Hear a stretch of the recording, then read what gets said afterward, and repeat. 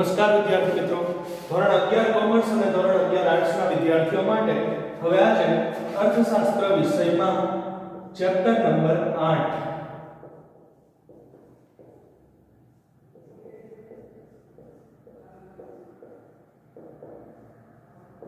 Economics વિષયનું chapter number 8 આર્થિક સુધારાઓ એનો ભાગ 9 ખાનગીકરણ, ઉદારીકરણ અને વૈશ્વિકીકરણ આ રીતે ભારતની અંદર વર્ષ 1991 થી લાગુ થયેલા આર્થિક સુધારાઓનો આપણે વિગતવાર અભ્યાસ કર્યો કે 81 થી 90 ના દશકમાં ભારતીય અર્થતંત્રમાં ગંભીર આર્થિક કટોકટી સર્જાઈ અને એ ગંભીર આર્થિક કટોકટી નિવારવા માટે વર્ષ 1991 થી ઉદારીકરણ, ખાનગીકરણ અને વૈશ્વિકીકરણ સ્વરૂપે ત્રણ મુખ્ય સુધારાઓ દેશમાં અમલમાં મૂકવામાં આવ્યા. છેલ્લે આપણે આ ચેપ્ટરના 8 વિડિયો લેક્ચરના સેશન ભણ્યા છીએ અને છેલ્લે ત્રીજું ઘટક વૈશ્વિકીકરણ એ આપણે પૂરું કર્યું. બરાબર? ખાનગીકરણ કોને કહેવાય, ઉદારીકરણ કોને કહેવાય, વૈશ્વિકીકરણ કોને કહેવાય એનો આપણે વિગતવાર અભ્યાસ કરી ચૂક્યા છીએ. હવે વૈશ્વિકીકરણનો જ એક ભાગ છે ભારતમાં વિદેશી મૂડીરોકાણ.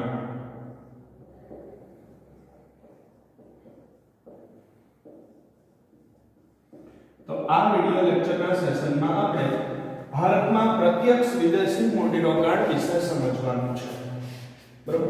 વૈશ્વિકીકરણ એટલે શું? તો કે ભારત દેશના અર્થતંત્રને વિશ્વના વધુને વધુ દેશોના અર્થતંત્ર સાથે સાંકળવાની પ્રક્રિયા. બરાબર? એટલે કે 1991 સુધી ભારતીય અર્થતંત્ર એ વિદેશ વેપાર વિહોણું અર્થતંત્ર હતું. બરાબર? કે જેની અંદર વિદેશ વેપાર ઉપર પ્રતિબંધો હતા, આયાત અને નિકાસ ઉપર આકરા પ્રતિબંધો હતા. આયાતોનું પ્રમાણ વધતું ગયું, નિકાસો ઘટતી ગઈ, પરિણામે દેશમાં વિદેશી ચલણની ગંભીર કટોકટી સર્જાઈ. સોનું ગીરવે મૂકી અને વિશ્વ બેંક તેમજ આંતરરાષ્ટ્રીય નાણાં ભંડોળ ઇન્ટરનેશનલ મોનેટરી ફંડ પાસેથી લોન લેવાના સંજોગો ઊભા થયા અને એ કટોકટીમાંથી પાર ઉતરવા માટે 1991 ના વર્ષથી ભારત દેશમાં ઉદારીકરણ, ખાનગીકરણ અને વૈશ્વિકીકરણ સ્વરૂપે સુધારાઓ લાગુ થયા. વૈશ્વિકીકરણનું જ એક ઘટક છે એ આ પ્રત્યક્ષ વિદેશી મૂડીરોકાણ. બરાબર? તો જુઓ, વૈશ્વિકીકરણની પ્રક્રિયામાં પ્રત્યક્ષ વિદેશી મૂડીરોકાણને એક મહત્વનું પગલું માનવામાં આવ્યું છે અને ભારતની નિયંત્રિત અર્થવ્યવસ્થામાં સરકાર જ દેશની નાણાકીય જરૂરિયાતો જેવી કે ઉદ્યોગોની સ્થાપના માટેનું મૂડીરોકાણ, ચીજવસ્તુઓ કે સેવાઓના ઉત્પાદન માટેનું મૂડીરોકાણ, વિદેશી હુંડિયામણની જરૂરિયાત માટેનું મૂડીરોકાણ એ બધું સરકાર જ કરતી હતી અને સરકાર જ વિદેશી સંસ્થાઓ કે વ્યક્તિઓ પાસેથી મદદ લેતી હતી. કારણ કે સીધા વિદેશી મૂડીરોકાણ ઉપર તો દેશમાં નિયંત્રણો હતા. તો 1991 પછી કેન્દ્ર સરકારે આર્થિક કાયદાઓમાં આ રીતે ફેરફાર કરી અને વિદેશી વ્યક્તિને કે વિદેશી સંસ્થાઓને ભારતમાં જો સીધું જ મૂડીરોકાણ કરવું હોય, ભારતના ઉદ્યોગોમાં પોતાના નાણાં રોકવા હોય તો એની છૂટછાટ આપી છે. હવે આ જે બાબતો અત્યારે અહીંયા બોલાઈ એને આપણે વિસ્તૃત રીતે સમજીએ. બરાબર? તો કે 1991 પહેલા એવી પરિસ્થિતિ હતી કે દેશની કેન્દ્ર સરકાર જ રાજ્યમાં રાજ્ય સરકારો અને દેશ લેવલે કેન્દ્ર સરકાર જ મૂડીરોકાણ કરતી હતી.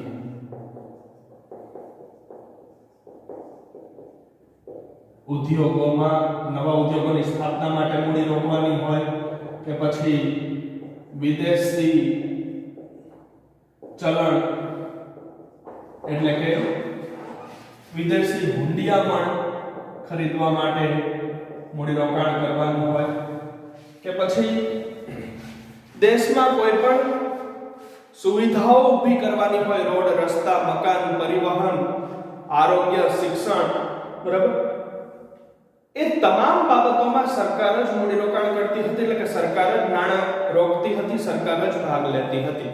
રાજ્ય કક્ષાએ રાજ્ય સરકારો દરેક રાજ્યમાં અને સંપૂર્ણ દેશ લેવલે એ કેન્દ્ર સરકાર. કારણ કે વિદેશો પાસેથી એમાં કોઈ મદદ લેવામાં આવતી નહોતી, કારણ કે ભારતનું અર્થતંત્ર ત્યારે અંકુશો વાળું હતું, એમાં વિદેશ વેપાર ઉપર પ્રતિબંધો હતા, બરાબર, અને જો વિદેશની મદદની જરૂર પડે તો સરકાર જ ડાયરેક્ટ વિદેશો પાસેથી મદદ લેતી હતી, બરાબર. કોઈ સામાન્ય વ્યક્તિઓને કે કંપનીઓને કે સંસ્થાઓને વિદેશો સાથે વેપાર કરવાની કે કોન્ટેક્ટ જાળવવાની છૂટછાટ નહોતી. પણ 1991 પછી આર્થિક સુધારાઓના ભાગરૂપે સરકારે એવો કાયદો ઘડ્યો, એવા ફેરફારો કર્યા કે વિદેશના કોઈ વ્યક્તિને અથવા તો વિદેશની કોઈ કંપનીને અથવા તો બીજા દેશની કોઈ સંસ્થાને ભારતના કોઈ ઉદ્યોગોમાં, ભારતની કંપનીઓમાં કે પછી ભારતના સંસ્થાઓમાં જો પોતાના નાણાં રોકવા હોય તો એ રોકી શકતા હતા, એને છૂટ મળી, બરાબર. અને આને કહેવાય છે ભારતના પ્રત્યક્ષ વિદેશી મૂડીરોકાણ. અને આ પ્રત્યક્ષ વિદેશી મૂડીરોકાણને વૈશ્વિકીકરણનું જ એક ઘટક માનવામાં આવે છે. વૈશ્વિકીકરણનું જ એક પગલું માનવામાં આવે છે. કારણ કે વૈશ્વિકીકરણની વ્યાખ્યા જ્યારે આપણે ભણ્યા ત્યારે એમાં ભણી ગયા છે કે બે દેશો વચ્ચે મૂડીની હેરફેર પણ મુક્ત બનવી જોઈએ. તો વૈશ્વિકીકરણનું જ એક અગત્યનું ઘટક એ છે ભારતમાં પ્રત્યક્ષ વિદેશી મૂડીરોકાણ, બરાબર. હવે ભારતમાં પ્રત્યક્ષ વિદેશી મૂડીરોકાણને છે ને આપણે બે રીતે સમજી શકીએ છીએ. જુઓ,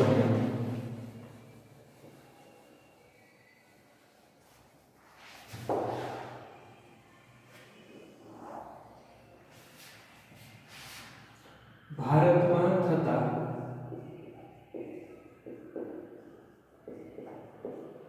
પ્રત્યક્ષ વિદેશી મૂડીરોકાણને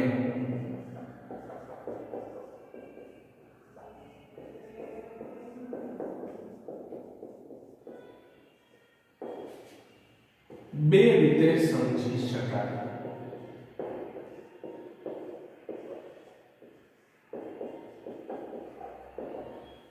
એમાં પહેલી રીત છે વિદેશી સંસ્થાકીય મૂડીરોકાણ. વિદેશી સંસ્થાકીય મૂડીરોકાણ, FII, એને ટૂંકમાં આપણે માનવી શકીએ FII, એટલે કે foreign institutional investment. Foreign institutional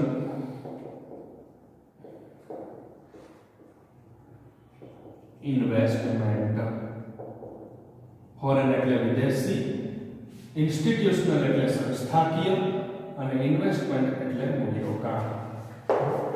વિદેશના કોઈ વ્યક્તિ દ્વારા કે વિદેશની કોઈ સંસ્થા દ્વારા કે વિદેશની કોઈ કંપની દ્વારા ભારત દેશની ઉત્પાદન પ્રવૃત્તિમાં એટલે કે ભારત દેશના ઉદ્યોગોમાં જે નાણાં રોકવામાં આવે કે જે મૂડીરોકાણ કરવામાં આવે એને બે સ્વરૂપે વિભાજિત કરી શકાય છે, બે સ્વરૂપે વર્ગીકૃત કરી શકાય છે.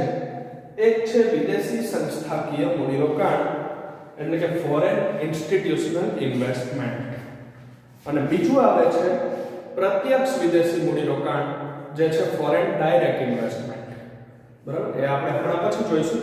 સૌથી પહેલા સમજીએ FII, ફોરેન ઇન્સ્ટિટ્યુશનલ ઇન્વેસ્ટમેન્ટ એટલે કે વિદેશી સંસ્થાકીય મૂડીરોકાણ, બરાબર. તો કે જ્યારે કોઈ વિદેશી રોકાણકાર જ્યારે કોઈ વિદેશી રોકાણકાર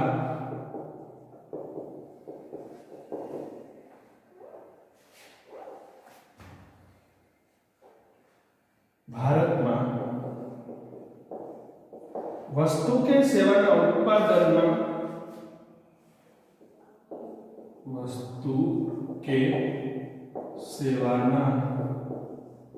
ઉત્પાદનમાં फैक्ट्री के धंधाની સ્થાપના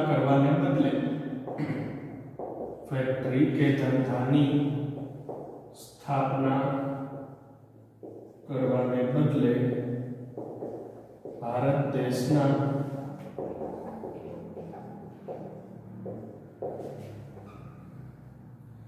નાણાં બજારમાં કે મૂડી બજારમાં शेयर के डिबेंचर के बॉन्ड की खरीदी करीने शेयर बॉन्ड के डिबेंचर की खरीदी करीने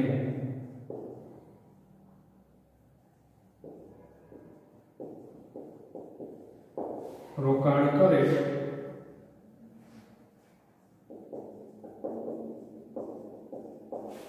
तेने FII કહેવાય છે। जो विदेशी संस्थाकीय मूडी रोकाण એટલે કે ફોરેન ઇન્સ્ટિટ્યુશનલ ઇન્વેસ્ટમેન્ટ કોને કહેવાય તો કે વિદેશનો કોઈ વ્યક્તિ વિદેશની કોઈ સંસ્થા કે વિદેશની કોઈ કંપની ભારતમાં ઉદ્યોગો ન સ્થાપે બરાબર ભારતમાં કોઈ નવા ધંધાની શરૂઆત ન કરે ભારતમાં કોઈ નવા કારખાના કે ફેક્ટરી શરૂ ન કરે ડાયરેક્ટ પરંતુ એના બદલે એમાં નાણાં રોકવાને બદલે ભારતના મૂડી બજારોમાં કે ભારતના નાણાં બજારોમાં એવી રીતે નાણાં રોકે કેવી રીતે તો કે શેર કે ડિબેન્ચર કે બોન્ડ સ્વરૂપે નાણાં રોકે તો એને ભારતમાં થયેલું વિદેશી સંસ્થાકીય મૂડીરોકાણ કહેવામાં આવે છે। હજી વધારે સરળતાથી સમજીએ કે વિદેશના કોઈ વ્યક્તિને કે વિદેશની કોઈ સંસ્થાને બરાબર કે વિદેશની કોઈ કંપનીને ભારતમાં મૂડીરોકાણ કરવું છે परंतु એ સીધે સીધું કોઈ ઉત્પાદન પ્રવૃત્તિમાં ન રોકે ના બરાબર કોઈ ઉત્પાદન પ્રવૃત્તિમાં મૂડીરોકાણ ન કરે ડાયરેક્ટ કોઈ નવા ધંધા કે ફેક્ટરી કે કારખાનાની શરૂઆત ન કરે પરંતુ એના બદલે બરાબર સીધે સીધું એ ધંધો શરૂ કરવાના બદલે નવા ધંધાની સ્થાપના કરવાને બદલે भारत देशना नाणा बजार के मूडी बजार ની અંદર એવી રીતે ભારતના મની માર્કેટમાં કે કેપિટલ માર્કેટમાં એવી રીતે નાણાં રોકે કેવી રીતે તો કે શેર ખરીદીને ભારતની કોઈ કંપનીના શેર ખરીદે ભારતની રિલાયન્સ કે ટાટા જેવી કંપનીના ડિબેન્ચર બહાર પાડ્યા હોય તો એ ખરીદે કે બોન્ડ ખરીદે તો એ રીતે ભારતમાં નાણાં આવે તો એને વિદેશો દ્વારા ભારતમાં થતું વિદેશી સંસ્થાકીય મૂડીરોકાણ કહેવામાં આવે છે। જો કે અહીંયા મોટી મર્યાદા એ છે આ વિદેશી મૂડીરોકાણની કે જેટલી ઝડપથી વિદેશના લોકો ભારતમાં નાણાં ઠાલવે છે ભારતમાં નાણાં રોકે છે એટલી ઝડપથી એને પાછા પણ ખેંચી જાય છે અને પરત પણ ખેંચી લે છે। ભવિષ્યના અમુક સમય પછી એ પોતાના નાણાં ફરીથી પરત પણ ખેંચી લે છે એટલે આવી મૂડીમાં અસ્થિરતાનું જોખમ વધુ રહેલું છે। એ ભારતમાં મૂડી સ્થિર રહી શકતી નથી ગમે ત્યારે લોકો પરત ખેંચી લે છે ગમે ત્યારે શેર કે ડિબેન્ચર કે બોન્ડ વેચી અને પોતાના નાણાં પરત ખેંચી લે છે એટલે અસ્થિરતાનું જોખમ વધારે રહેલું છે। મોટે ભાગે વિદેશની બેંકો છે વીમા કંપનીઓ છે એ લોકો આ રીતે ઇનડાયરેક્ટ મૂડીરોકાણ ભારતમાં કરતા હોય છે। એ વૈશ્વિકીકરણનું જ એક ઘટક છે આ વિદેશી મૂડીરોકાણ જેમાં સીધે સીધા ભારતની અંદર કોઈ નવા ધંધા કે ફેક્ટરી કે કારખાનાની સ્થાપના કરવામાં આવતી નથી પણ ભારતમાં ચાલુ હોય અસ્તિત્વમાં હોય એવી કોઈ કંપનીના શેર ડિબેન્ચર કે બોન્ડ ખરીદી અને એમાં નાણાં રોકવામાં આવે છે બરાબર। તો એ જેટલી ઝડપથી રોકે 2 4 6 મહિના કે વર્ષ પછી એટલા ઝડપથી પાછા ખેંચી લે છે। ભારતને એનો બહુ વધારે લાભ મળી શકતો નથી કારણ કે અસ્થિરતાનું જોખમ વધારે રહેલું છે। તો આ થઈ ગયું વિદેશી મૂડીરોકાણનો પ્રથમ પ્રકાર. હવે આવે છે વિદેશી મૂડીરોકાણનો બીજો પ્રકાર. આપણે જોયું ને કે ભારતમાં થતા પ્રત્યક્ષ વિદેશી મૂડીરોકાણને બે રીતે સમજી શકાય છે. અને આ પ્રત્યક્ષ વિદેશી મૂડીરોકાણ એ વૈશ્વિકીકરણના ઘટકનો જ એક ભાગ છે. તો એક આપણે જોયું FII ફોરેન ઇન્સ્ટિટ્યુશનલ ઇન્વેસ્ટમેન્ટ. હવે બીજું આવે છે પ્રત્યક્ષ વિદેશી મૂડીરોકાણ.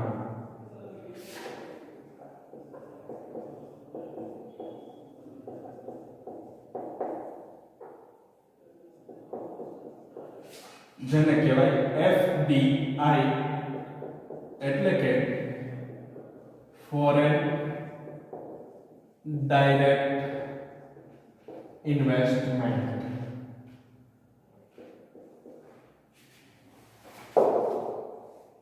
FII અને FDI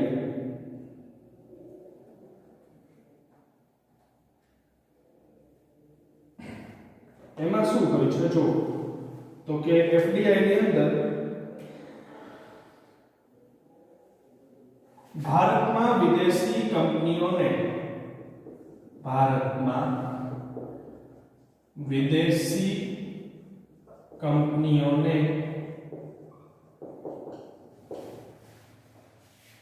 ઉત્પાદન તથા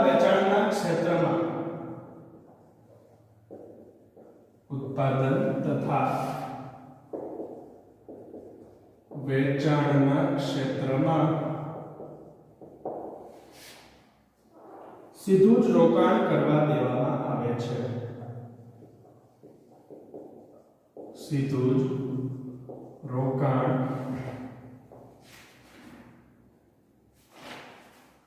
કરવા દેવામાં આવે છે. FII માં શું હતું કે ઇનડાયરેક્ટ રોકાણ, બરાબર, ઇનડાયરેક્ટ ઇન્વેસ્ટમેન્ટ હતું. સીધા કોઈ ઉદ્યોગોમાં કે નવી ફેક્ટરીઓ કે કારખાનાની સ્થાપના નહોતી થતી, બરાબર, એમાં નાણાં નહોતા રોકાતા. પણ ભારતમાં ચાલુ હોય એવી કંપનીના શેર, ડિબેન્ચર કે બોન્ડ ખરીદીને એમાં નાણાં રોકાતા. પણ અહીંયા પ્રત્યક્ષ વિદેશી મૂડીરોકાણ એટલે કે FDI ફોરેન ડાયરેક્ટ ઇન્વેસ્ટમેન્ટ એ બીજા સ્વરૂપની અંદર ભારત સરકાર વિદેશી કંપનીઓને એવી છૂટછાટ આપે છે કે કોઈ પણ વિદેશી કંપનીને કે કોઈ પણ વિદેશી સંસ્થાને કે કોઈ પણ વિદેશી વ્યક્તિને ભારતની કંપનીઓમાં રોકાણ સીધું જ કરવું હોય ઉત્પાદનના કાર્યમાં કે વેચાણના કાર્યમાં તો એ કરી શકે છે. એના શેર ડિબેન્ચર ખરીદે નહીં, સીધી જ કોઈ કંપની સ્થાપે કે ચાલુ કંપની હોય એની સાથે ભાગીદારી કરે, બરાબર, અથવા તો એ નવા કોઈ ફેક્ટરી કે કારખાનાની શરૂઆત કરે તો એ રીતે વિદેશી કંપનીઓને કે વિદેશી વ્યક્તિઓને કે વિદેશી સંસ્થાઓને ભારતના બજારમાં, ભારતીય સમાજમાં, ભારતના લોકોની વચ્ચે સીધું જ આ રીતે મૂડીરોકાણ કરવું હોય તો એ કરવા દેવાની છૂટ આપવામાં આવે છે, બરાબર. એને કહેવાય છે પ્રત્યક્ષ વિદેશી મૂડીરોકાણ. અહીંયા એ લોકો વિદેશી મૂડીરોકાણ એવી રીતે કરે કે કોઈ ફેક્ટરી કે ઉદ્યોગ ધંધાની સ્થાપના કરે, કોઈ નવી ફેક્ટરી કે ઉદ્યોગ ધંધાની સ્થાપના કરે,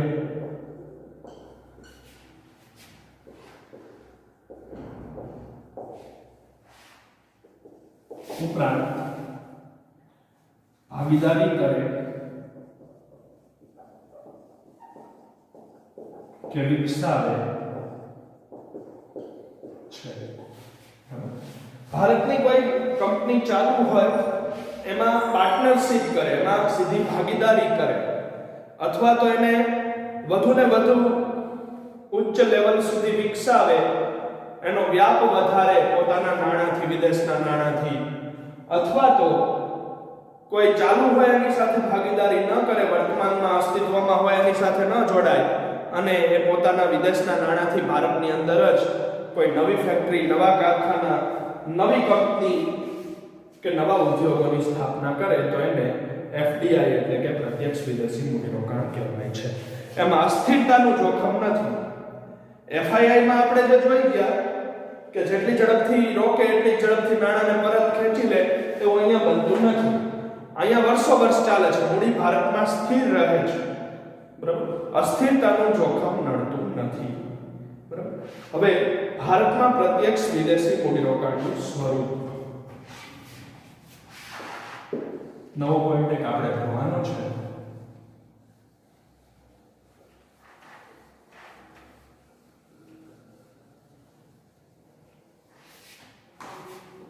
ભારતમાં વિદેશી મૂડીરોકાણનું સ્વરૂપ. ભારતમાં અત્યાર સુધી જે વિદેશી મૂડીરોકાણ થયું છે એ કેવા સ્વરૂપનું થયું છે? એફડીઆઈ થયું છે કે એફઆઈઆઈ થયું છે, બરાબર? કેવા સ્વરૂપે અત્યાર સુધી ભારતમાં મૂડીરોકાણ થયું છે?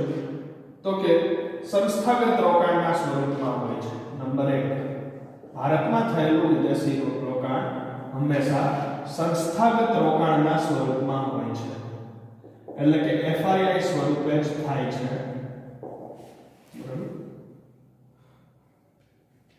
ને તે સ્થિર રહે છે.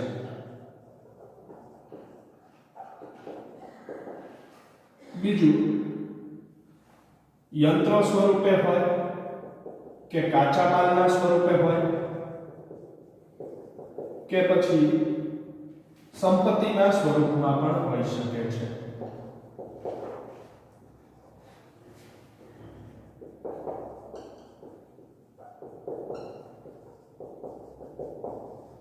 ઓગણીસો 91 થી લઈ અને આજ દિન સુધી ભારતમાં જે વિદેશી મૂડીરોકાણ આવ્યું છે, વિદેશો તરફથી નાણાંનો પ્રવાહ જે ભારતના અર્થતંત્ર તરફ વહ્યો છે એ કેવા સ્વરૂપે રહ્યો છે?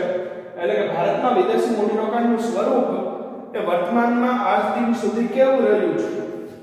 1991 થી શરૂ કરી અને 2020 ના દશકા સુધી ભારતમાં જેટલા પણ વિદેશી નાણાં આવ્યા એ સંસ્થાગત રોકાણના સ્વરૂપમાં આવ્યા છે, બરોબર. વિદેશની કોઈ કંપની હોય કે વિદેશની કોઈ સંસ્થા હોય એ નાણાં રોક્યા છે, સંસ્થાગત રોકાણના સ્વરૂપે નાણાં આવ્યા છે, બરાબર. અને મોટે ભાગે સ્થિર રહ્યા છે, બરાબર. પાછા એ લોકોએ ખેંચી લીધા નથી, એ અસ્થિરતાનું જોખમ મેળવ્યું નથી, મોટે ભાગે પ્રમાણ સ્થિર રહ્યું છે. બીજું કે વિદેશના વ્યક્તિઓએ કે વિદેશની કંપનીઓએ કે વિદેશી સંસ્થાઓ કે વિદેશના રોકાણકારોએ ભારતમાં જે નાણાં રોક્યા એ યંત્રોના સ્વરૂપમાં પણ રોક્યા છે, બરાબર. ભારતના ઉદ્યોગોને નવી નવી આધુનિક ટેકનોલોજી વાળા યંત્રો અને મશીનો પૂરા પાડ્યા છે, તો એ સ્વરૂપે પણ મૂડીરોકાણ કર્યું છે. ઉત્પાદન પ્રક્રિયા ભારતમાં થતી હોય કોઈ ચીજ વસ્તુની, પણ એના માટેનું રો મટીરીયલ,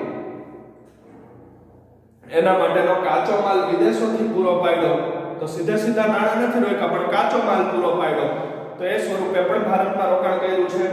અથવા તો ભારતમાં સંપત્તિના સ્વરૂપમાં પણ રોકાણ કર્યું છે. ભારતમાં ઘર ખરીદ્યા હોય, જમીન ખરીદી હોય, ખેતર ખરીદી હોય, બરોબર, દુકાનો ખરીદી હોય, તો એ સ્વરૂપે પણ વિદેશના નાણાં ભારતમાં રોક્યા છે, બરોબર. ટેકનોલોજીના સ્વરૂપમાં પણ રોકાણ થયું છે વિદેશોનું. નવી આધુનિક ટેકનોલોજી, નવી મશીનરી, યંત્રો, એ સ્વરૂપમાં પણ ભારતમાં વિદેશોમાંથી રોકાણ થયું છે. આ રીતે ભારતમાં એક આખી નવી સંસ્કૃતિ ઊભી થઈ છે. વિદેશોના નાણાં દ્વારા, વિદેશી મૂડીરોકાણ દ્વારા ભારતમાં કાર્ય કરવાની પદ્ધતિ બદલાણી છે. ભારતના ઉદ્યોગ ધંધાઓની કાર્ય પદ્ધતિમાં ફેરફાર આવતા એક આખી નવી પ્રણાલી, નવી સંસ્કૃતિનો વિકાસ થયો છે. અને ભારત દેશની અંદર વિદેશી ચલણમાં, ભારત દેશના વિદેશી હુંડિયામણમાં પણ વધારો થવા પામ્યો છે. હવે પછીના નેક્સ્ટ વિડિયો લેક્ચરના સેશનમાં આપણે ભારત દેશની વિદેશ વેપાર નીતિ અને ભારત દેશની વિદેશ વેપાર નીતિના જુદા જુદા તબક્કાઓ વિશે ભણીશું. Thank you all of you.